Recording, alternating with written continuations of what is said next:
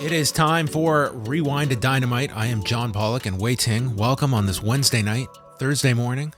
If you're listening to us any later, then go to hell. Hi, Wai. Go to hell. That's not come on. Nice This is a timely podcast.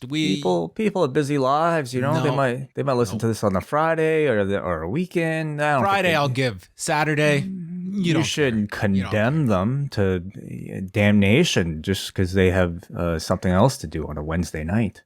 Well, you know what? Maybe that's a little harsh, but maybe that's a little dose of reality. Wow. Okay. How are you doing? Pretty good, man. Yeah, pretty good. Wednesdays, I'm usually in a pretty good mood after these shows. I mean, Monday, I apologize for my performance on Monday's Rewind to Raw. I did not have much to give. No matter how many quiz bowls, I was able to watch. But on Wednesdays, I usually have pretty good energy after these shows. Yeah. Monday's show was a bit of a downer, but Wednesday's your upper, so it all evens out in the end. It all comes out. Yeah, so, peaks and valleys. That's it. Life is all about ups and downs. But here we go to chat about Dynamite. I do want to make mention. We have two obits up on the site today, unfortunately, but nevertheless, the passings of Candy Divine. That news coming out early Wednesday morning, and Super Muñeco, who was a very, very popular luchador, especially among children. He was his character was largely that of a clown. It was very much targeted towards like as a children's act, but a super, super popular luchador who had been experiencing health problems of late, was only 59 years of age, but I mean, was someone who put his mask on the line over 100 times. So we have a brief bio there up on his career on the site. And the rest of the news items we will get to on Thursday, including the NXT 2.0 numbers, who got slammed by the move to sci-fi and the Olympics. We will go into more of that in detail on Tuesday. But we have no shortage of news to discuss from Dynamite tonight. Wade, do you want to just go in sequential order here, or do you want to kind of talk about the mainline items off the top? Interesting. Okay. I think we talk about the items off the top. Well, the big arrivals were Keith Lee making his debut in the company and getting the prestigious Keith Lee is All Elite graphic and his own shirt up on Pro Wrestling Tees. We're all set to go. And an appearance by Jay White, who took the forbidden key, put it into the forbidden keyhole, changed the lock, and in he walked. And immediately the sirens went off. There was a breaking and entering alarm. He went into the forbidden door and appeared, and also showing off a new shirt as well. That's what you always bring whenever you're breaking and entering. You have a shirt ready to go. Got to have your merch ready. So Jay White and Keith Lee appeared on a pretty packed edition of Dynamite, but those were our two appearances on tonight's show.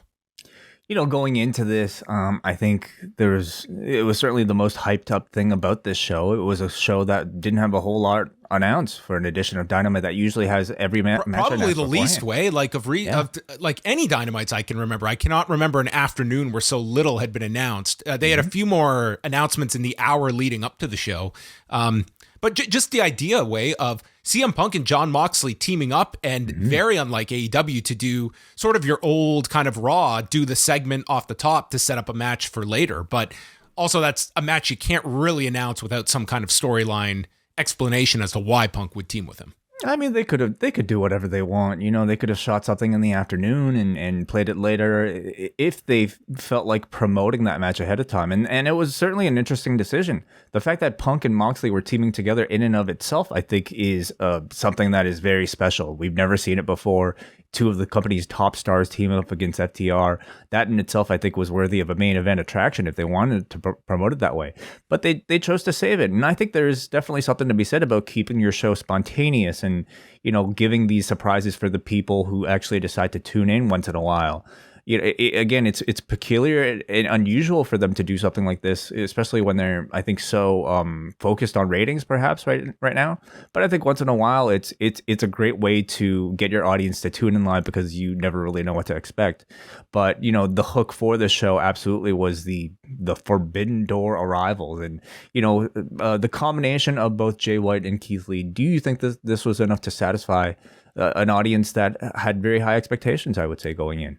I guess I'm sure you're going to have some who were just thinking for, like, you have to measure your expectations. Shane McMahon. Well, that's, if you're thinking like that, then you're setting yourself up for just an impossible delivery.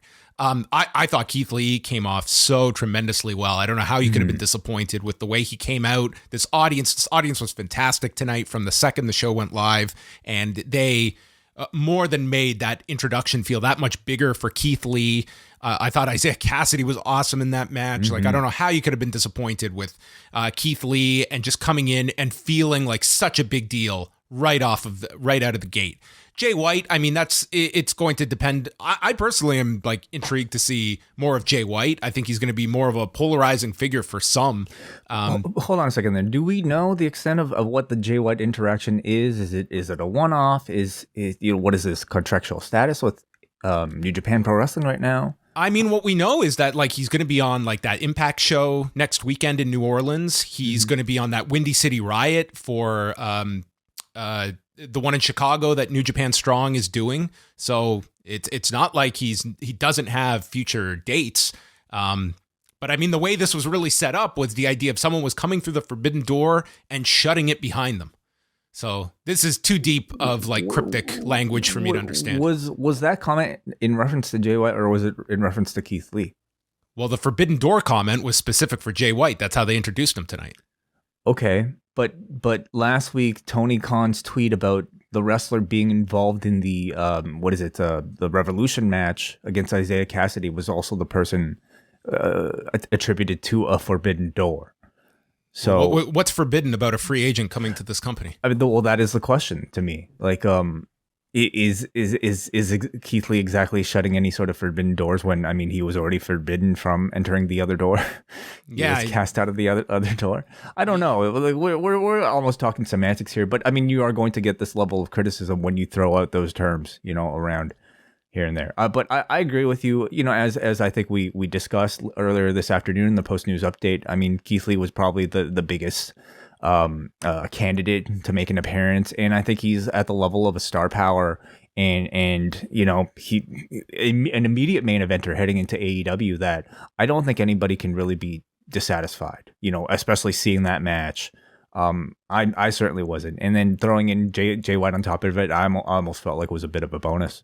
And you got like two 4+ star matches on this show in the form of the tag and the Texas Death Match. So I thought this was a great episode of Dynamite. So I always am excited when we start off the show with that kind of praise for what the response will be like. Yeah. Because why are you so positive? Why do you have to be so positive all the time? Well, let's get into this show from the historic Boardwalk Hallway, the site of WrestleMania 4 and 5. Back in 1988, 1989. I can guarantee you this Dynamite was better than either of those shows. With all due respect to the nostalgia of Hogan and Savage, which was a very, very nice match for its time. But as a show, as an entire show, I think this Dynamite was clearly ahead of those two WrestleManias. The wrestling was a bit better on this one, sure.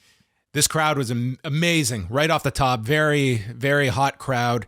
And Wardlow is out first, and he's got these cardboard cutouts of MJF that he places in the ring, and he looks like he is completely over this guy and just shakes his head looking at these goofy cardboard cutouts and passes a message along to Justin Roberts, who proceeds to introduce FTR with Tully Blanchard, who come out with champagne.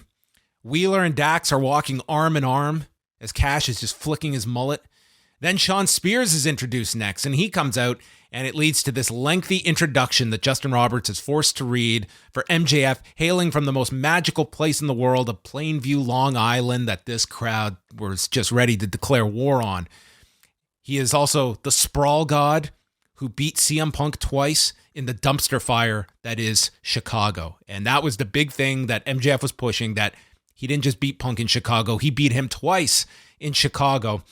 And it leads to MJF's introduction as he is carried out like your old, like Macho King Randy Savage, your like old school king of the ring. He is carried out on top of this riser and is brought to the ring. And though he's accompanied by two women, one of whom kisses him on the cheek, and then the other who just full on like puts her tongue down his throat on this apron for a lengthy period of time before he enters the ring. And this crowd is ready to murder this man. It was just deafening with boos. It was. I mean, it was hilarious, and I think every cliche you might expect of somebody who's completely full of himself. I think they tried to cram into this. And the Pinnacle then did the goofiest group hug.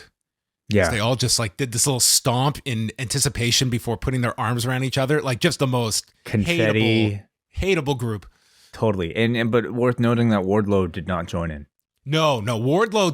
Wardlow was very good with like the facial reactions and just subtly, maybe even not so subtly, but the camera catching like his just complete, disgust at all of this and just being so away from this group. So this is different from what I thought after last week, where I thought Wardlow was very much a willing participant in screwing CM Punk. At least that to me was the indication as he handed MJF the ring in secret. And this week they're kind of dialing it back and telling us that, hey, he was still unwilling and he still hates these guys. Maybe he did it because he felt like he had to do a job, but he's still very much playing that tweener role. MJF says he is the best wrestler on the planet, better than Omega, Danielson, Adam Cole, and Hangman Page, and better than the best in the world. And he beat him twice in Chicago. And what he whispered to Punk after the match that many people caught, he leaned over to Punk and told him, "You suck." And he would not have beaten Punk without the help of one great man, Sean Spears. Mm-hmm. Just a great delivery to this, and you knew it was coming. Totally. I love the fact that he took what really looked like an incredibly heartwarming moment caught on TV, something completely out of character for MJF, and he basically kayfabed it saying, I was telling him he sucked, which is a wonderful way of, I think, I guess fixing that if you want to call it a mistake. I mean, which it wasn't. It was a wonderful, authentic moment that I think we can, at least in story, understand why somebody like MJF would say, I didn't say anything nice to him. Are you crazy? Spears reveals a new shirt for MJF. Everyone got new shirts on this show. Better than the best in the world. And MJF puts himself over. He's better than Brett in Canada, Piper in Portland, and now Punk in Chicago. And now it is time for me to become the AEW champion. And everybody boos. Punk comes out and he calls the win in Chicago as suspect as MJF's spray tan. And he's brought some friends as backup, as Darby Allin and Sting walk out with their bats, and Punk is demanding a rematch or else they'll be beaten up with the bats. But I don't want a rematch with you, MJF. I want a rematch with the guy that really beat me in Chicago, Wardlow. And he challenges Wardlow to have some balls and leave the Pinnacle. But MJF says, I beat you all by myself. Dax gets involved, stating he wants a rematch with Punk, mentioning the Greensboro 6-man that they did back in December. MJF will not have any kind of rematch in this cesspool, but he lays out the challenge that if Punk can find a partner that is not Sting or Darby Allin and beat FTR, he can have his rematch. So it is left with the idea that Punk has no friends beyond Sting and Darby, and that is our setup for later in the show, which the partner would be revealed to be Jon Moxley. Mm-hmm. Yeah, a very good, very heated segment with some great reactions from this crowd, adding continued life to this super hot feud despite the finish last week.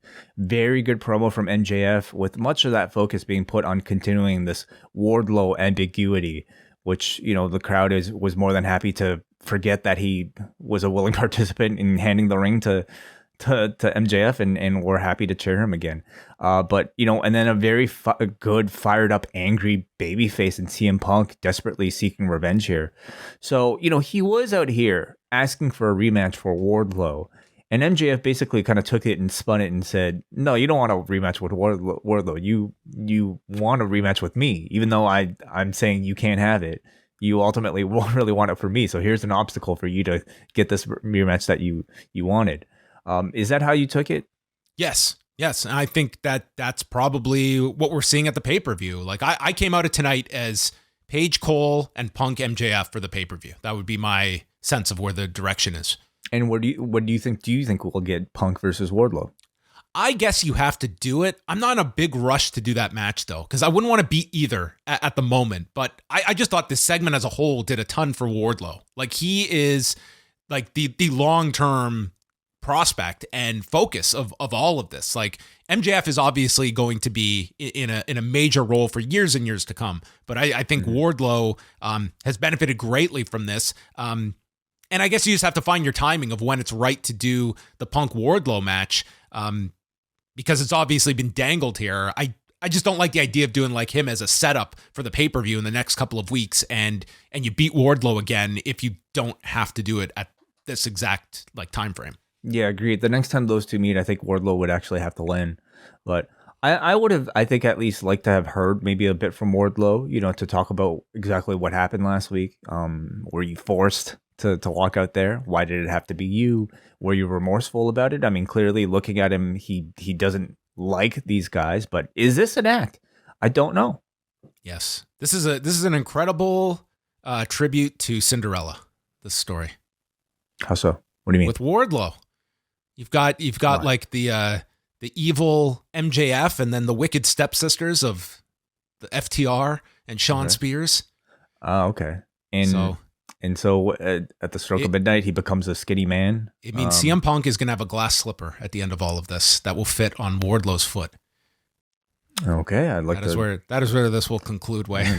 Be a pretty big sneaker.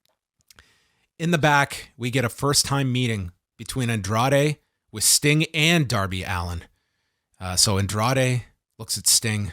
"Finally, I find your boss. I know that this kid works for you." Sting says he is not a kid, and you can speak to him like a man. Darby says, "I have bigger things to do than work for you, like becoming TNT champion." Andrade just totally dismisses this. "You will work for me, and we have something in common. You want the TNT title, while I am the next TNT champion." I thought this was great.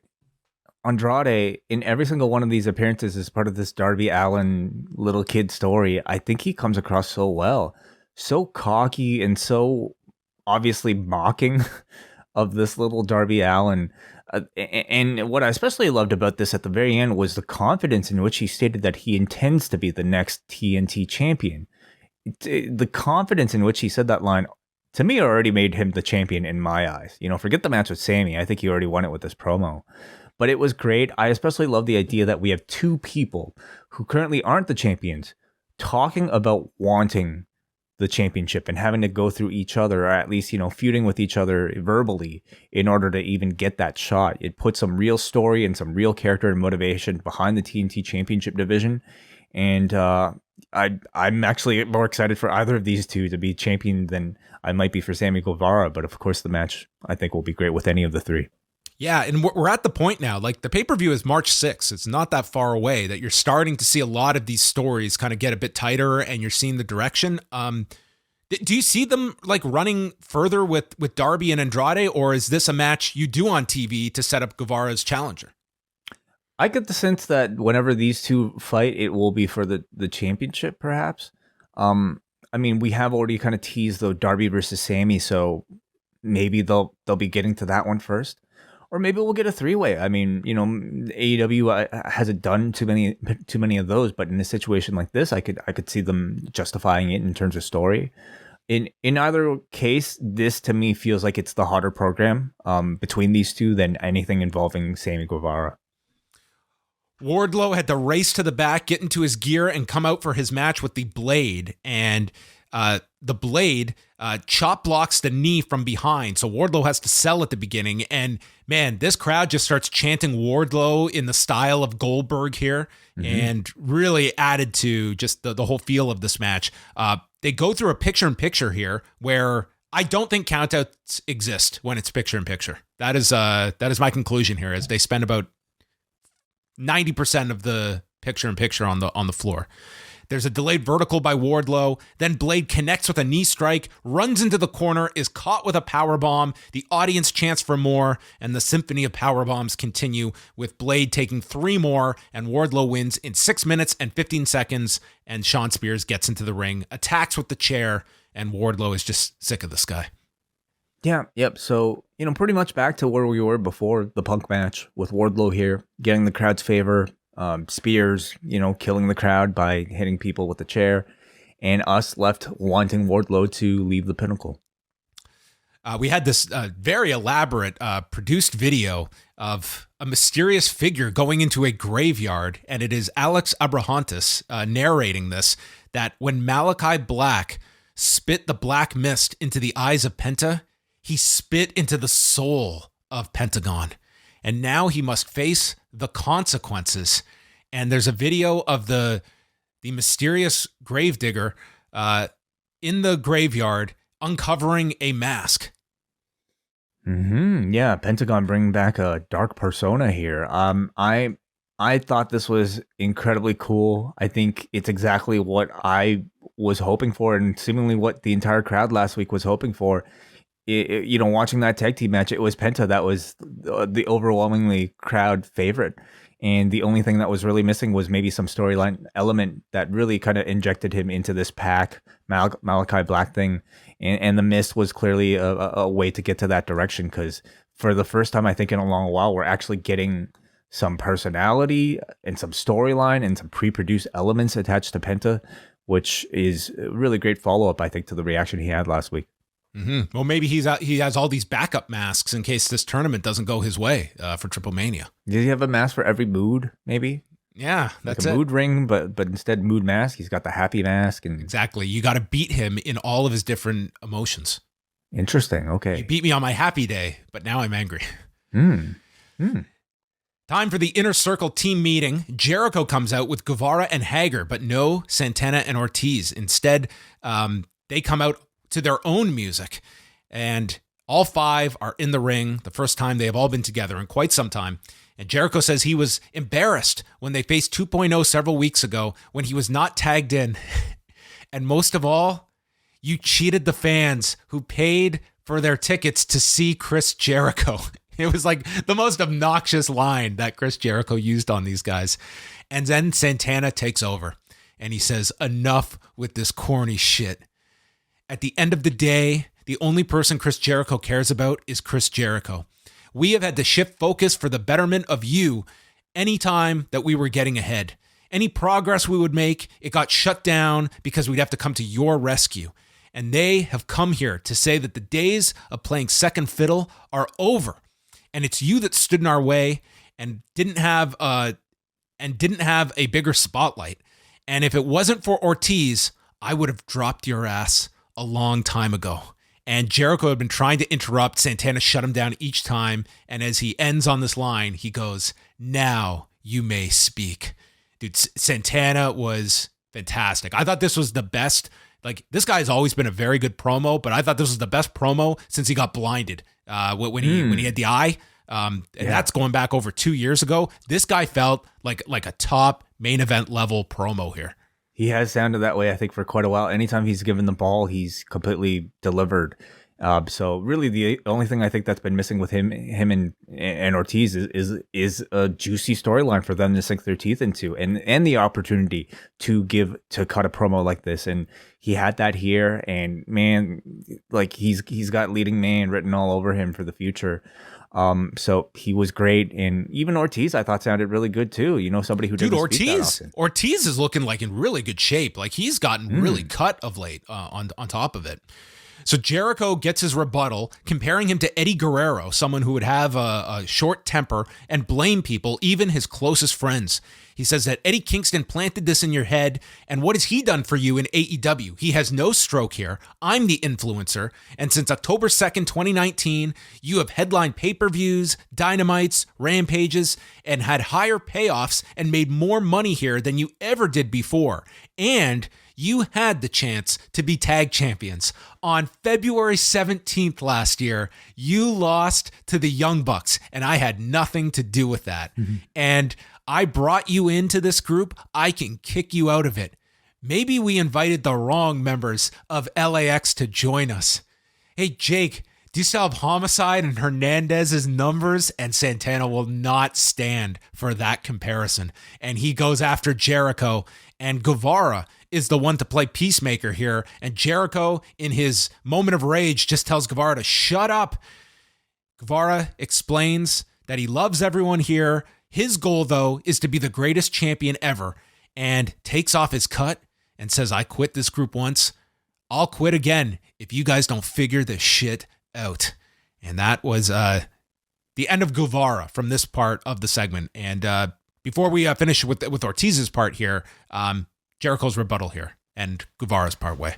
I thought overall the segment was really fantastic. If your goal is to put the spotlight on Ortiz and Santana, and really by extension reignite interest in I would say a pretty dormant inner circle at this point, I thought this was very successful. Inner stable conflict is something we see quite often, but to varying degrees of success. And it's not like even within the inner circle, I feel like we've seen them tease breakups before.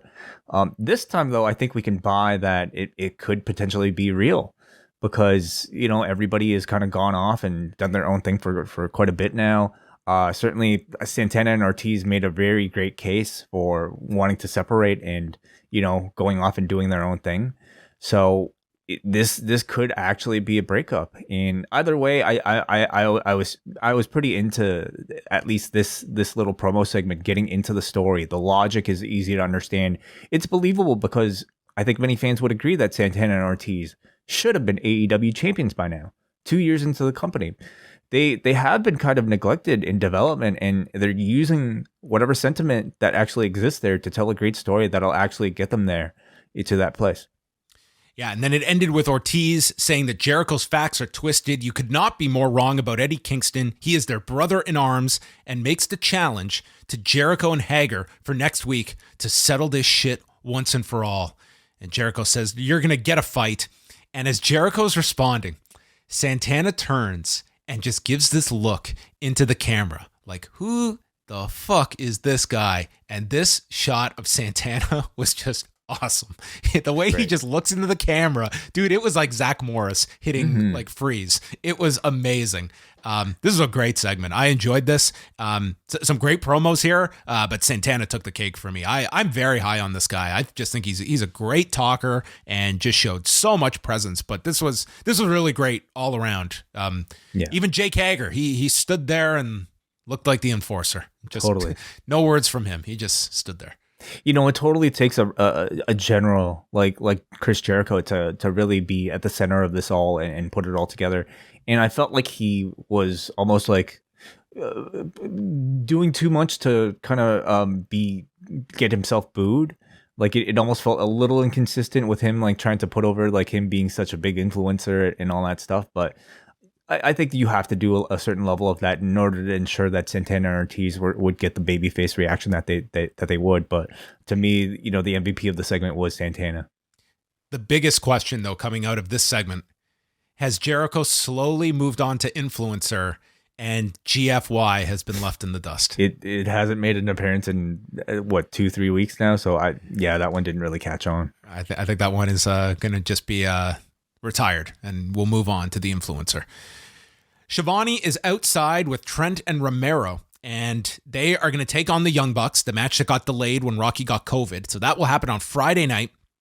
And the Bucks walk in, and it's all a ploy as Adam Cole jumps Rocky Romero from behind. It leads to a low blow on Trent, and they deliver the BTE trigger on Rocky when all of a sudden Adam Cole motions for someone off camera, and there is Jay White, who walks in, takes Trent Beretta, and drills him into the production truck as Excalibur yells that he has walked through the forbidden production area. Yes. The fire. I mean, they were outdoors, so I don't know if there was necessarily a door that was crossed here, but nonetheless, we got the message loud and clear. Yes, we did. Yeah, this I think was probably the bigger surprise of the two. No, rumored at least. I mean, this name was thrown out there among like speculation, but it's really like continuing like this power struggle. Like this is Cole bringing in somebody else, and later they set up that Kenny Omega and Jay White used to be rivals. Mm-hmm. Yeah. I mean, obviously the Bullet Club connection with all of these guys. It's interesting, and it's also stories that I could see making their way to New Japan Strong as well. Of course, I mean it's Rocky Romero, a part of the segment as well. So maybe some interplay between the promotions with something like this. Mm-hmm. And there's a lot of story there. Like whenever Omega comes back, I mean, Jay White was pretty much the replacement when Kenny Omega left. So there is like endless material there to go to. So that was immediately followed by Isiah Kassidy coming out with the Hardy Family Office, and out comes Keith Lee to his brand new Mikey Ruckus produced theme, and this crowd, they just go ballistic for him. Huge reaction, and he comes out, and man, this guy looked like, I mean, to see this man just feel like free is what this felt like. To see him without a top with claws marks on it, I think it didn't was a big difference. It was yeah. The man not having his top like covered up, it didn't send people running that they're seeing his upper body. The Bearcat looks to have also been retired with GFY, and Limitless is Keith Lee. Yes, he is. Yeah. I was so happy to see this, and I don't think anybody, at least live in attendance, was disappointed by this at all. His presence immediately, I think, felt really strong, being in a completely different environment. And once we got to the match, I mean, I think everybody's prayers were answered. Can you quickly break down what you were sending me today, like the online detective work that was being done? So, so Cino informed me of this, but as he informs me of many things in the wrestling world, but apparently Mia Yim tried to swerve everybody by posting a honeymoon photo of the two of them. And these detectives on the internet, let me just tell you, okay? Dude, the internet's undefeated. If you're gonna try to trick the hardcore wrestling fan base on the internet, you better make sure you don't shave your head in your prior picture, because somebody out there was able to track the beard length of Keith Lee in this honeymoon photo compared to the beard thickness of Keith Lee in his wedding pictures, and they were able to determine, hey, this doesn't feel right. This can't be the day after. And then they also somebody else was able to go through Mia Yim's Instagram and was able to find her in a similar outfit from 2020. And was able to determine that this was not that, in fact, present day on their honeymoon. So, an attempt was made, but man, clearly Mia Yim did not know the type of audience they were dealing with. Well, come on. Is this your first day in this industry with this fan base? I don't know if the hair is at the exact amount that he had on Sunday. Yeah. Amazing. I had no words when you sent this to me that this was all broken down in such fine detail. But he comes out here, dude. Isiah Kassidy was just a ping pong ball for him. He is a great ping pong ball. Oh, dude, Isiah Kassidy was great here. Mm-hmm. I mean, everyone's got to focus on Keith Lee, but man, does he owe Isiah Kassidy a debt of gratitude here. He owes him a bottle of whatever he wants. Yes, both these guys. Yes. Like Randy Orton said, you should be buying him a steak dinner. That's what he was, when someone's bumping around for you like this. So he just launches him, dude, into like another area code in the air. And then he comes down, running cross body. He stares down Mark Quinn. And then there's a shoulder block that sends Kassidy out of the ring. Matt Hardy just walks away. He just leaves through the crowd. He's giving up here. He's selling his stock on Private Party. So Excalibur was telling us throughout the commercial, Hardy had said that if Kassidy didn't win this, he would be leaving them. Actually, I think he did this was it on Rampage or one of the shows last week in the hallway? It was something to the effect of like, if you don't win this, I have to reconsider our relationship. Something to that effect. So it seems like they're teasing a breakup between the two. So Keith Lee, his leg gets pulled by Quinn, and then it sets up Kassidy coming off the rope for a cutter. And this just looked like Keith Lee was like swatting him down, but then he sold the cutter. This seemed like the only part where it was somewhat off. Mm-hmm. I think he was supposed to actually hit the cutter. I mean, I think Keith Lee so too. was supposed to get off the apron. So. Yeah, because instead Cassidy just crashed down back first from the it was a momentum blemish. of it. Yeah. So nonetheless, he then swats away this spinning roundhouse kick and first they go to the floor because Lee ends up on the floor and Cassidy hits this crazy tornillo dive to the floor and they get Lee off of his feet. But then back into the ring, he swats the roundhouse kick and hits the Big Bang Catastrophe in 429. So, man, with that new lead in on TBS, they've signed the perfect guy. They did. They should start with this move at every Dynamite, just coming off of that show. Yeah. This was great. And then, dude, the post match. This was incredible. So, Private Party attack. And Mark Quinn goes for a tope con hero and is caught. He is caught by Lee. And Lee is like not taking a step back. He firmly caught this guy and power bombs him on top of Cassidy on the floor and ends Mark Quinn with an apron bomb. So, tremendous debut here for Keith Lee, who felt like a solid main event star. And you watch this and it's like, my head goes to a Paul Levesque that it's like, it's not like, it's one thing when you are in WWE and it's maybe you have your preconceived notions that this person's not going to be a star. We just don't see it here. And you're proven wrong. It's like Paul Levesque helped assemble a team. He saw these people as stars and he helped build them as stars. And not only did you see them completely just destroyed on the main roster, but now you're going to see your competitor take them and reap all of the benefits that you saw in these people that you had this belief in. And now it's going to be elsewhere that they prove this company wrong. Yeah, on the one hand, it could be upsetting, but on the other hand, I could see him and people like Shawn Michaels watching the show and being incredibly happy for the performers actually getting their due finally. They could be AEW Dynamite's biggest fans. Shawn and Hunter could be watching this every Wednesday night. Like I feel like it's the type of wrestling that both of them would absolutely love. There's the alternate commentary. Absolutely, yeah. Tremendous debut. And again, having them go up against Private Party, I thought was absolutely brilliant. They were wonderful opponents.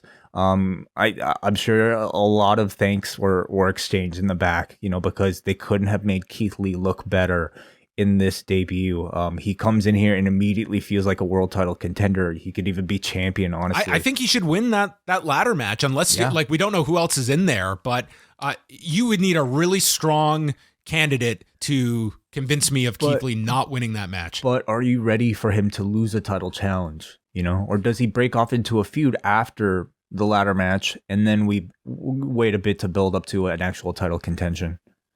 I mean, there could also be like the TNT championship. Like there's different avenues you can go here, or just the ladder match is for what? It's the face of Revolution. Is that what you get a title shot? Yeah, world title shot, right?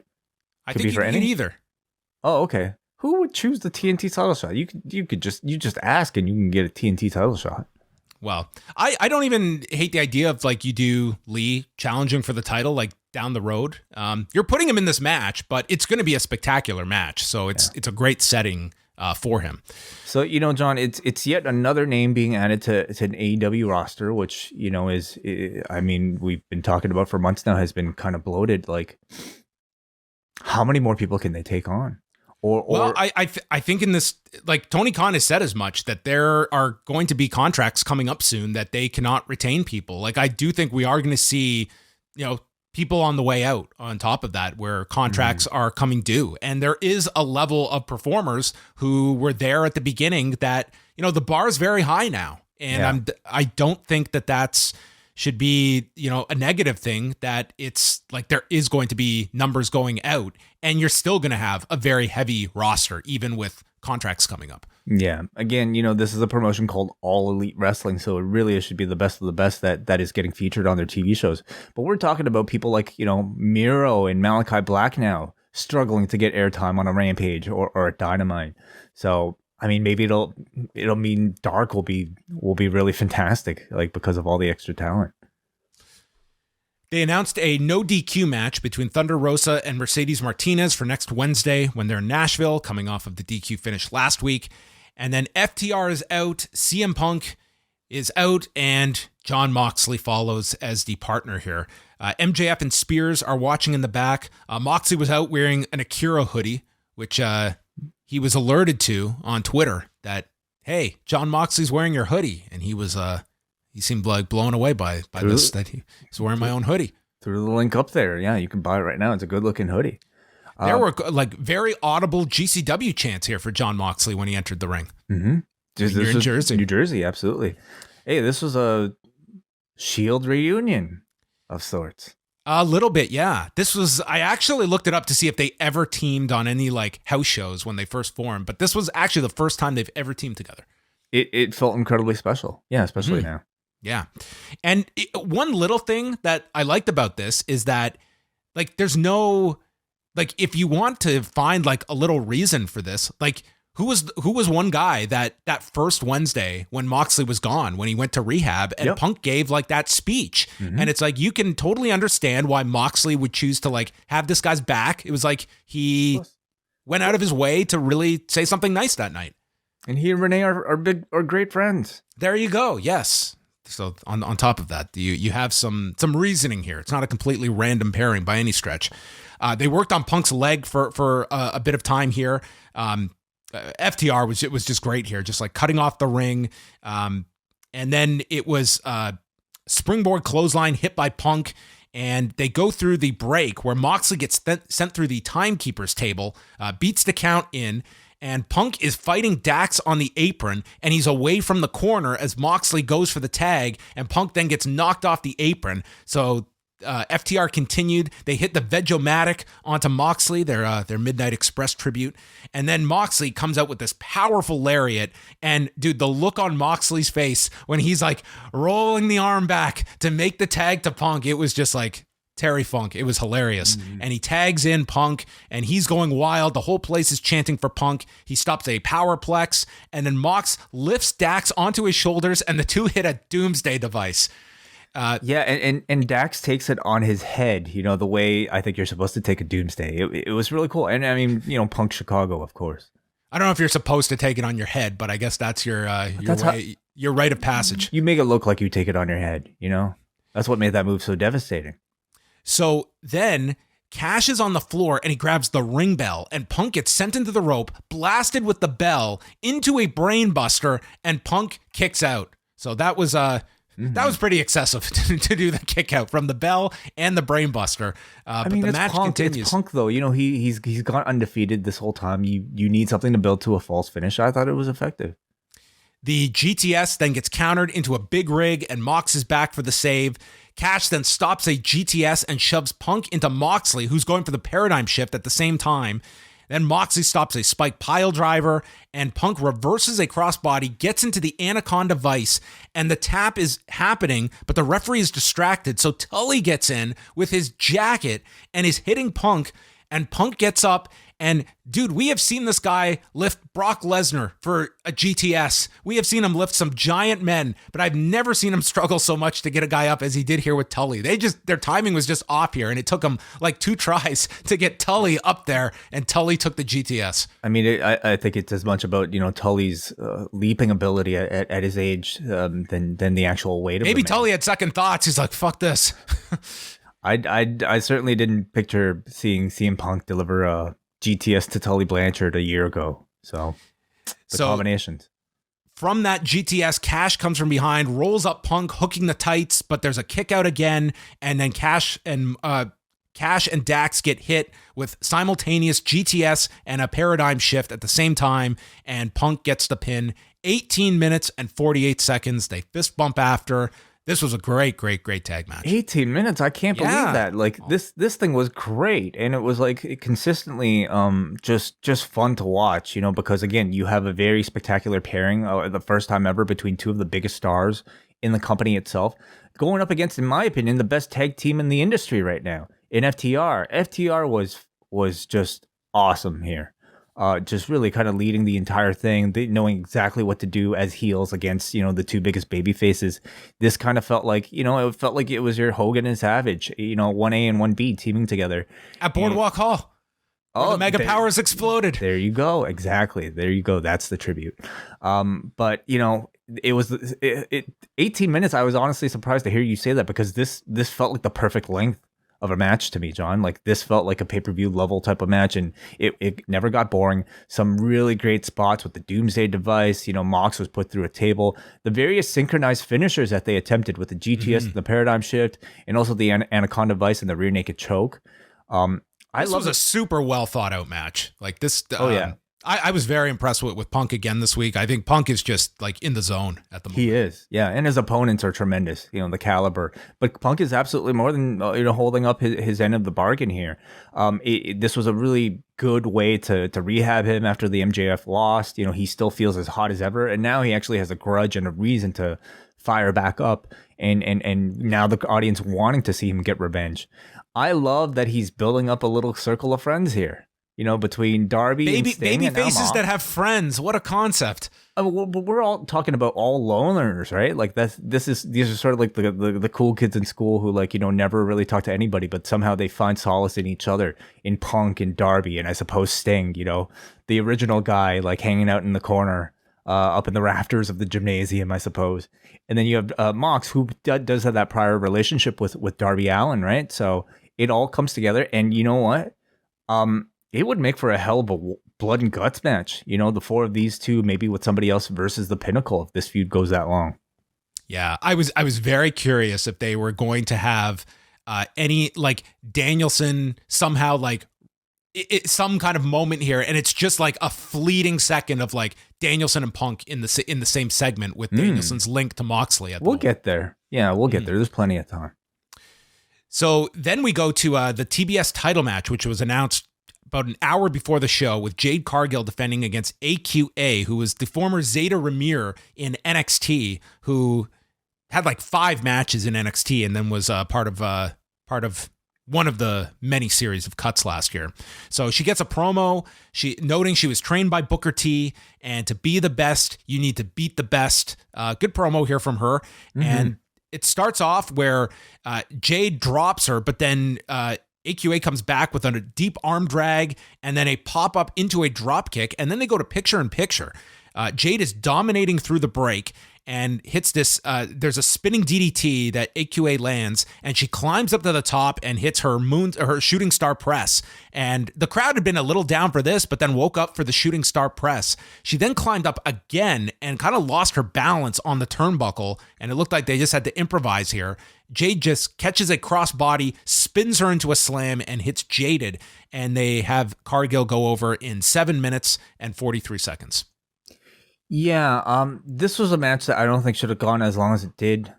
To me, it felt like once they went to commercial and then came back, the crowd was definitely less hot than they were going into it. So it tells me maybe it was length that killed them.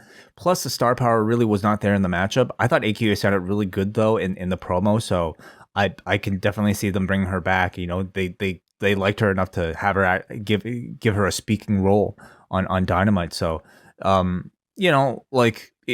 don't see an immediate return for her on Dynamite, but on Dark, seeing her develop, I think will be a lot of fun. Jade is certainly getting better, but I think matches at this length, in the body of the standard of an AEW Dynamite, I mean, sandwiched between the Punk Mox match and then that main event that we're going to talk about. It unfortunately, I think, exposed her and her inexperience and the lack of variety in her offense. But these are the challenges that she's going to have to live up to with the spotlight as champion. Yeah, it almost seemed like it was. We've seen her go in longer matches on TV, and those are the consistent problems that come out with this. In this one, it's almost like, well, we'll give her 8 minutes. Part of it's the commercial that's people are less tuned in and maybe less hypercritical of it, but it was a tough position on the show for this at the same time. And you have kind of conditioned people that I think they want to see Jade just have these 2-minute destructions. She needs the Wardlow push. You need something that's spectacular, and this was not anything like that.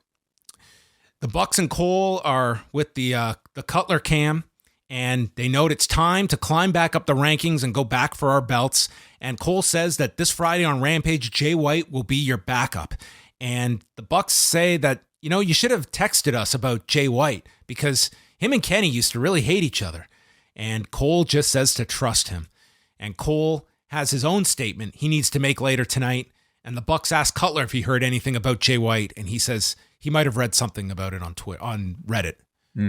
Yeah, the whole Jay White thing is really interesting. And Tony Khan actually just tweeted out as we're recording this. He says, I didn't secure Jay White until Sunday. I realized after the fact that Friday night, I butchered my own definition of Forbidden Door in hyping tonight. I heard the fans' feedback and wanted to ensure that tonight was a special Dynamite for all. Thank you, everybody who watched. So he admits that he got his own definition of Forbidden Door wrong, realizing that Keith Lee wasn't necessarily passing through any forbidden doors. And so he decided as a make good to make sure people wouldn't be disappointed, got Jay White on Sunday just to appear for something like this. I could guess that probably there is no other promoter that would go to that extent over the wording of his tweet. Yeah, sure. Don't play with can we all just shut the door on the forbidden door? Like, come on, this is only going to get everybody in trouble this term. But the Jay White thing is interesting. I mean, because White has been cutting promos on Adam Cole on his own, and if the deal didn't really come through on until Sunday, well, what exactly was going through White's mind? What was his intention by saying this was not introduced as this was just some quick idea and we're just doing it for some short-term thing. Like there was some story here introduced with Jay White. So it certainly didn't feel like something that it's just some little Band-Aid because we had to fill in a hole here. It's certainly a good attraction. Yeah. And you have this relationship with New Japan, so it's like you have this option, so we can run with it. So that means they can grab anybody from New Japan. Listen, when they do that show, because Ishii is coming here for WrestleMania weekend, and then the Windy City Riot is not till 2 weeks later. Like I would think that's he's going to be here for several weeks in the U.S. Like you would think you would want to bring Ishii back. What about Will Ospreay? I think you have to do it when it's right, though. It's is now the right time to bring a Will Ospreay in, and what would your idea be for him? Like I would want to do that when Kenny. I mean, they're building that up on their own, but then you should be pulling the trigger on that when it's time to do that. And I would save that for when the timing is right down the road. Before the main event, we had Serena Deeb out for the Professor's 5-minute rookie challenge. So a random rookie is going to be given the opportunity to last 5 minutes with her. And the candidate this week was Katie Arquette, who they noted was on Dark 6 months ago. She was hit with a neck breaker and tapped out the Serenity Lock in 62 seconds. 62 seconds, yeah. I love it. It's an old school gimmick. I think it's a great way to set up a future new babyface debut. Short, so you certainly don't run the risk of tiring anybody out. And it's something that is special that you attach to Serena Deeb, who I think does feel like, to me, the hot. Actually, Baker's still probably the hottest heel right now, but I mean, I think Deeb is right up there and probably a future contender for the TNT Championship, the TBS or World Championship. And this is also a great way to introduce someone. Exactly. Yeah. Like it could be anyone. When I saw this idea and just the concept of it and Serena's style, I thought this would be a really interesting way to introduce Marina Shafir, who I know has done Dark, but has not been put on Rampage or Dynamite yet. Would she get the reaction, you think, from this audience? Like as a big surprise, or did they need like a former WWE? I don't think it'd be a giant surprise pop, but it'd be like someone finally going the 5 minutes with Serena Deeb and getting that kind of introduction as, do this for several weeks and build it up for a while. And then when you have the right person, that goes the 5 minutes with her. I like it. All right, so here's our lineup for Friday's Rampage, which is being taped as we speak. The Young Bucks against Roppongi Vice, Hook versus the mysterious Blake Lee, Britt Baker against Robin Renegade, Jungle Boy and Luchasaurus against the Gun Club for the tag titles, and Bryan Danielson will speak. All right. We got promos from both tag teams, and Billy Gunn adding, "Let's go old school. If you're not down with that, we've got 2 words for you. New champs." I thought it'd be ass boys. And then Dynamite next week, we just have the 2 matches, Hager and Jericho against Santana and Ortiz, and the no DQ match with Thunder Rosa and Mercedes Martinez. Is Danhausen still injured? I think so, yeah. Yeah, I'm kind of surprised, like, outside of, the little walkout with Orange Cassidy, we haven't had a bit more with him in the body of either Rampage or Dynamite, like whether it be a speaking segment or some sort of storyline, because I think there was a lot of buzz coming off of the signing. Like I agree. And you don't have to wait for him to be healthy to have like a role on this on the show, given his character, for sure. Totally. Yeah. Hangman Page, Lance Archer, Texas Death Match for the AEW Championship. It starts in the back, and they make their way onto the stage where Archer gets thrown through a gimmick pane of glass on the stage and is busted from the forehead and gets brought to the ring. And Page hits the buckshot lariat almost immediately, and Archer rolls to the floor, and the count to 10 begins. And then Dan Lambert appears as Archer. So it's last man standing rules. Yes. So you've got to be down for the count of 10. So Dan Lambert appears. Archer is destroying Page with a trash can lid, and Lambert unscrews the turnbuckle and takes the top rope off as they explain this eliminates the buckshot lariat. Boy, was this brilliant. I love it. This was very smart. It was even better with the finish. Completely. I mean, I imagine like some promotion out there throughout wrestling history has done this in the past for any sort of like match against a babyface high flyer who relies on the ropes. Take the rope away and they can't do their moves. I think that's brilliant. And I absolutely loved it. And like you said, when we get to the finish, oh boy. So they brawl into the crowd. Page hits a moonsault. They go through the break. Archer is setting up 2 tables on the floor, which would be the big part of the finish. And he teases a blackout off the apron. That gets stopped. And at this point, like, Archer is bleeding a significant amount. Hangman was that much more. He was completely covered in blood. I mean, the Toronto Star is getting a quote ASAP. I mean, this was, I think, the definition of blood and guts and gory self-mutilation all in one here. Every WWE buzz. They should have done this before the earnings call last week. They missed their timing. Yeah, this was a lot of blood. It was a lot of blood. There's a Deadeye and chokeslam that are blocked, and then Jake, who is also ringside, ends up hitting a short arm clothesline on Hangman, and this place goes nuts. Which, again, another tie-in to this venue with WrestleMania 4 and 5. Jake was very prominent at both of those shows. And then he goes for the DDT, and Archer stops Jake, and the crowd is so upset. And this was like our first tease of tension here between Jake and Archer, as this crowd really wanted to see this DDT, and then Page ended up hitting his own DDT onto Archer. Yeah, it was interesting. I mean, you've heard our complaints about Jake Roberts being a part of this, especially with Dan Lambert attached to Lance Archer. I mean, Jake's role kind of seems unnecessary. So I am curious to know if they're actually teasing a breakup and if Jake's going to go babyface. And is Jake actually a more interesting and a more suitable babyface? Because this crowd certainly felt that way. That short arm clothesline looked pretty damn good, and I'm sure DDT would that. I don't know. Have we seen him do a DDT yet so far? We've seen him do the short arm clothesline. I don't think might be a bit more physical than they're allowing him, but still, like, I wonder how Jake would be as a babyface. I don't know. I wonder as a mouthpiece. I mean. The crowd starts chanting that they want fire, and that's kind of where you raise the expectation level, I think, for this fan base when it comes to a violent match.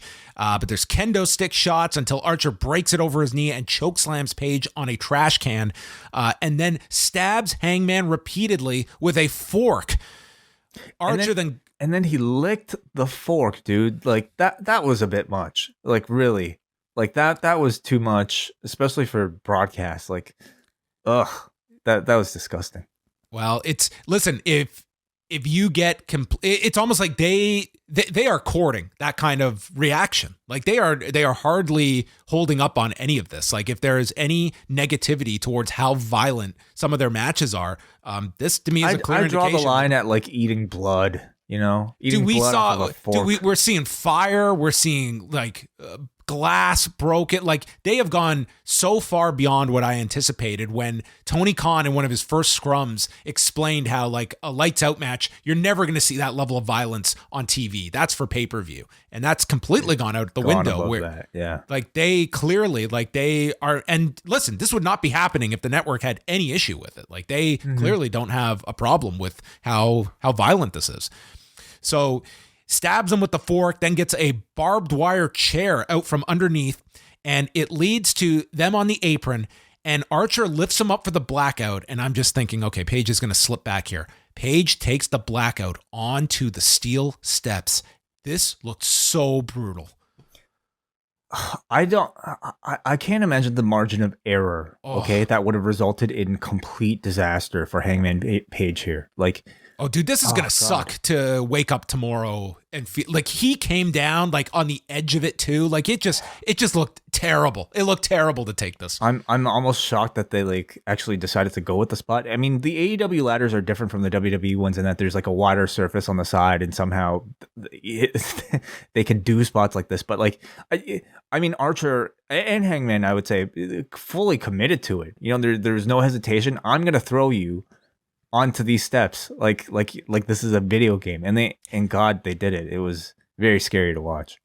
Page gets back to his feet and he wraps the barbed wire around his arm to attack Archer, and then with Archer on the edge, Page takes off the barbed wire and throws it down to the mat, and Paul Turner leans over to grab the barbed wire, creating a base for Hangman to flip over to hit the buckshot, sending him and Archer crashing off the apron through the table that had been set up ages ago. And that is our finish, where Archer stays down for the count of 10 at 15 minutes and 27 seconds. I thought this finish was goddamn brilliant. And the way that they did this with the rope, that was to just think of this, of using the referee as your base for the move in place of the top rope, was just, I was just very, very impressed with it. Whoever helped come up with the spot, if there's a writing staff, that came up with, that put their minds together to create this, everybody deserves their roses. What incredible creativity that makes all of us, I think, absolutely fall in love with this art form. Like this to me is really professional wrestling at its best, when you can apply logic to a superhuman athletic feat that ends with a spectacular table crash and ends the story in such a brilliant, memorable way. It was wonderful, incredibly well thought out. I mean, even from the point of the barbed wire being on the chair and Archer going for the power bomb, and Page surprising us by grabbing the barbed wire midway. It reminded me of the Taker Triple H sledgehammer spot from WrestleMania 17.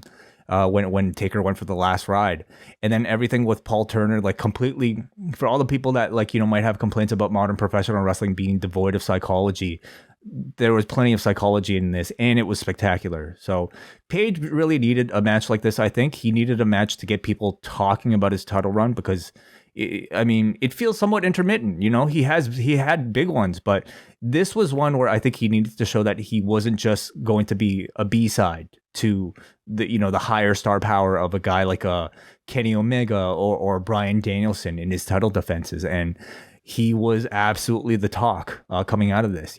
In hindsight, I think the style of match, a lunatic like Lance Archer, who is so incredibly valuable for guys like Page, turned out to be the perfect setting and the perfect opponent.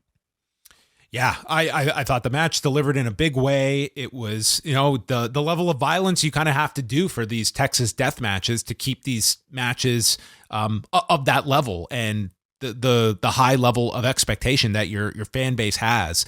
And for Archer too, like, let's remember, like he he avoided, like, the way he was talking about, like, the margin for error of how bad that moonsault could have been for him. It was pretty scary. And this was his first significant match since October when he got injured. And then the show ends with Adam Cole walking out, but he doesn't attack Page. Instead, he just takes the belt and puts it on his shoulder and leaves, and just indicating that's what he is after. And that would seem to be the match for Revolution. We've only got 3 more Dynamites before the pay-per-view. So wow. It's coming up pretty soon, and this looks to be the direction that they are headed. Okay, interesting. Yeah, I mean, Cole's a relatively big name going for the title. I think it would be worthy. I don't know if that's a match that's worthy of being the headline match, especially on a show that has a Jon Moxley and a CM Punk and a Bryan Danielson attached to it. I mean, if it's Moxley Danielson, I can see that being the top match. What else do you see at this point? With only 3 weeks away, what do you see for MJF and Punk? I think that's the match at the pay-per-view. Yeah. And if that's the case, I think both those matches will dwarf, the star power of as much as I think we're going to enjoy Cole versus Page in terms of star power. It'll be hard for this match to compete with the others, but the challenge is on for a champion like Hangman Page, somebody who comes in and is a champion strictly off of his AEW notoriety. He's going to have to kind of fight, to be at the top of the card despite holding that belt, but really be in the minds of everybody's conversation coming off of these shows every single time. All right. Well, there we go. That is a very, very strong edition of Dynamite. I mean, if you tuned in for the surprises, I think that was pretty satisfying. Like, I thought the Keith Lee introduction was tremendous for what it was. You got 2 really excellent matches that I would recommend, and as well as for talking segments, like your interest in talking segments might vary, but you got, I would say, 2 of them, but between the opener with MJF and Punk and then the Inner Circle segment, I thought was strong stuff. On top of that. So, I mean, you had some, you had a dip with the TBS title match, but I would say for a 2-hour show, this was a pretty strong episode of Dynamite. Yeah, I thought it was very strong. I mean, thoroughly entertaining, maybe except for portions of the Jade Cargill match. But in terms of storyline build, in terms of quality of in-ring action, in terms of quality of promo, absolutely, I think, very excellent. All right, we will go to forum.postwrestling.com where you can always post your feedback after Raw, Dynamite, SmackDown, and Rampage. And we will start off with Matthew. He writes, "Welcome Keith Lee and Jay White to AEW, where everyone gets their offense in. I guess they couldn't have 4 squash matches on one show, but did we really need the undefeated champion, the new signee, and the guy in the Batista role all have matches that were longer when they needed to be against opponents that they should defeat quickly?" I disagree. Totally. Yeah, I would not group all of those together. I would say the Wardlow Blade thing, I think that worked fine. That crowd was super hot by the time they got to the power bombs. You could Jade and AQA, you could argue that needed to be shorter for what it was, but I saw that more because of Jade than for AQA. And Lee and Cassidy, I would not have wanted that to be 30 seconds. I thought that to me was pretty flawless. I certainly think there are times where you want to have, the Goldberg type of squash match, but I think there are other times where you want guys to be able to showcase their abilities. And that certainly, I think, is the case for Keith Lee, somebody who I think felt very handicapped throughout his WWE run. And, his first surprise appearance in AEW, you want to wow the audience by showing them what this guy can actually do. So you needed that match to be able to display his full abilities. I mean, Keith and Cassidy, it was 4.5 minutes.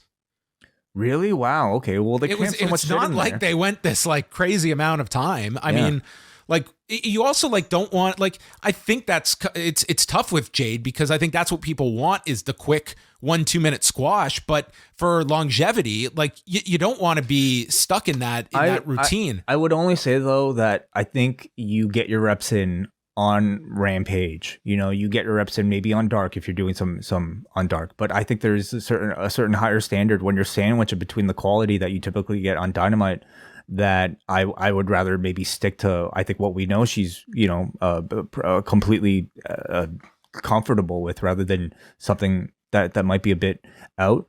But, and also, like, what is he talking? Like, Page should be squashing Lance Archer. I mean, that's not the appeal of the underdog. The underdog works hard to defeat a monster like Lance Archer. That's why we want to cheer for him. So, I mean, this was certainly the hardest fought victory, I think. Well, maybe the Bryan one, but this was certainly up there for Page.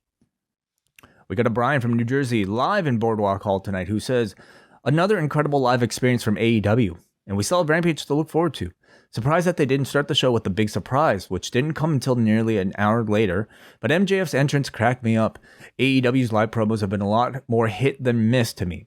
Keith Lee's arrival had me smiling ear to ear. Jay White's appearance was a cool surprise. Punk and Moxley versus FTR was my match of the night, and the main event was a big old spectacle.